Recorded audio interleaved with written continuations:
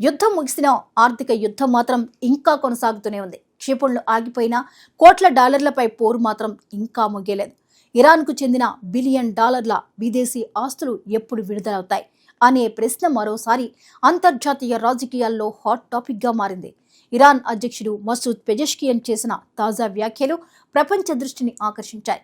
ఖతార్లో స్తంభింపజేసిన $6 billion త్వరలోనే విడుదల కానున్నాయని ఆయన ప్రకటించగా, అమెరికా మాత్రం అలాంటి నిర్ణయం ఏదీ లేదని తేల్చి చెప్పింది. దీంతో అసలు నిజమేంటి? ఈ డబ్బెవరిది? ఎందుకు ఫ్రీజ్ చేశారు? అమెరికా ఎందుకు విడుదల చేయడం లేదు? ఖతార్ పాత్ర ఏంటి? ఈ మొత్తం వ్యవహారం ఇరాన్ ఆర్థిక వ్యవస్థపై ఎలాంటి ప్రభావం చూపుతోంది? ఇప్పుడు పూర్తి విశ్లేషణ చూద్దాం. ఇరాన్కు చెందిన విదేశీ ఆస్తుల వివాదం కొత్తది కాదు.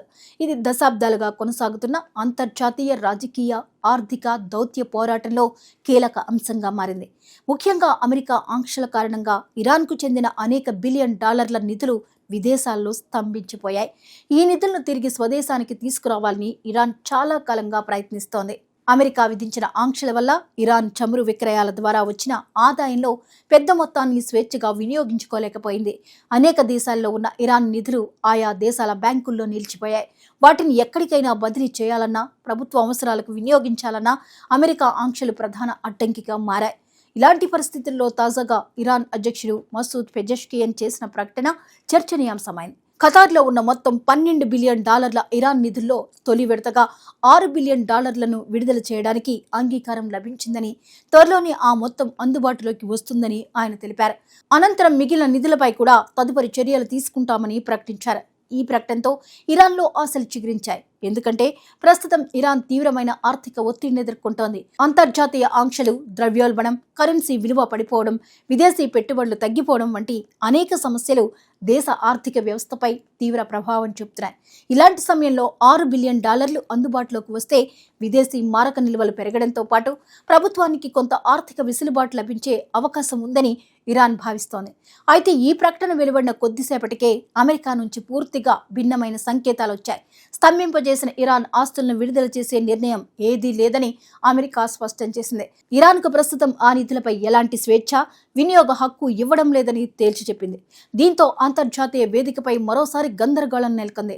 ఒకవైపు ఇరాన్ విడుదల ఖాయమని చెబుతుంటే, మరోవైపు అమెరికా అలాంటి నిర్ణయమే లేదని చెబుతోంది.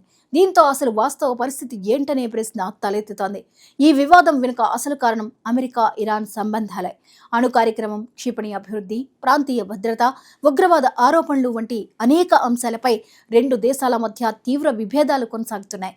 గతంలో అణు ఒప్పందం కుదిరినా తర్వాత అమెరికా దాని నుంచి వైదొలగడంతో పరిస్థితులు మరింత సంక్లిష్టమయ్యాయి. అప్పటి నుంచి ఆంక్షలు మరింత కఠినతరమయ్యాయి.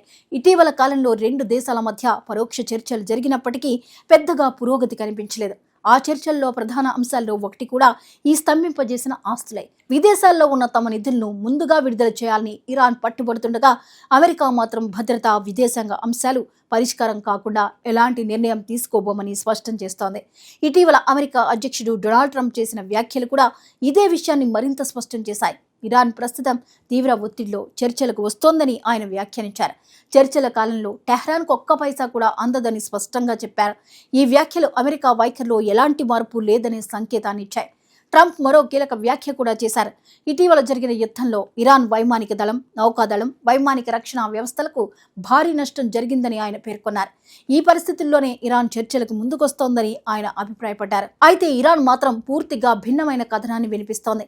దేశం ఒత్తిడిలో లేదని, తమ హక్కుగా ఉన్న నిధులను మాత్రమే తిరిగి కోరుతున్నామని చెబుతోంది. ఆస్తుల విడుదల విషయంలో ఆశాజనక పరిణామాలు జరుగుతున్నాయని కూడా ఇరాన్ నాయకత్వం విశ్వాసం వ్యక్తం చేస్తోంది. ఈ మొత్తం వ్యవహారంలో ఖతార్ పాత్ర కూడా కీలకంగా మారింది. మధ్యప్రాచ్యంలో అమెరికా, ఇరాన్ రెండింటితోనూ సంబంధాలు కొనసాగిస్తున్న అరుదైన దేశాల్లో ఖతార్ ఒకటి. గతంలో కూడా అనేక దౌత్య చర్చలకు ఖతార్ వేదికగా నిలిచింది. అందువల్ల ఇరాన్ నిధుల అంశంలో ఖతార్ మధ్యవర్తిత్వం మరోసారి చర్చకు వచ్చింది. మొత్తం మీద చూస్తే ఇది కేవలం $6 బిలియన్ వ్యవహారం మాత్రమే కాదు, అమెరికా ఇరాన్ సంబంధాల భవిష్యత్తును ప్రభావితం చేసే కీలక దౌత్య అంశం కూడా. ఈ నిధులు విడుదలైతే రెండు దేశాల మధ్య ఉద్రిక్తతలు కొంత తగ్గే అవకాశం ఉండొచ్చు. ఒకవేళ విడుదల కాకపోతే చర్చలు మరింత క్లిష్టంగా మారే అవకాశాన్ని కూడా కొట్టిపారేయలేం. అందుకే ఇప్పుడు ప్రపంచం దృష్టి ఖతార్ పైనే ఉంది. ఇరాన్ ప్రకటించినట్లుగానే $6 బిలియన్ నిజంగా విడుదలవుతాయా, లేక అమెరికా తన వైఖరిని కొనసాగిస్తుందా?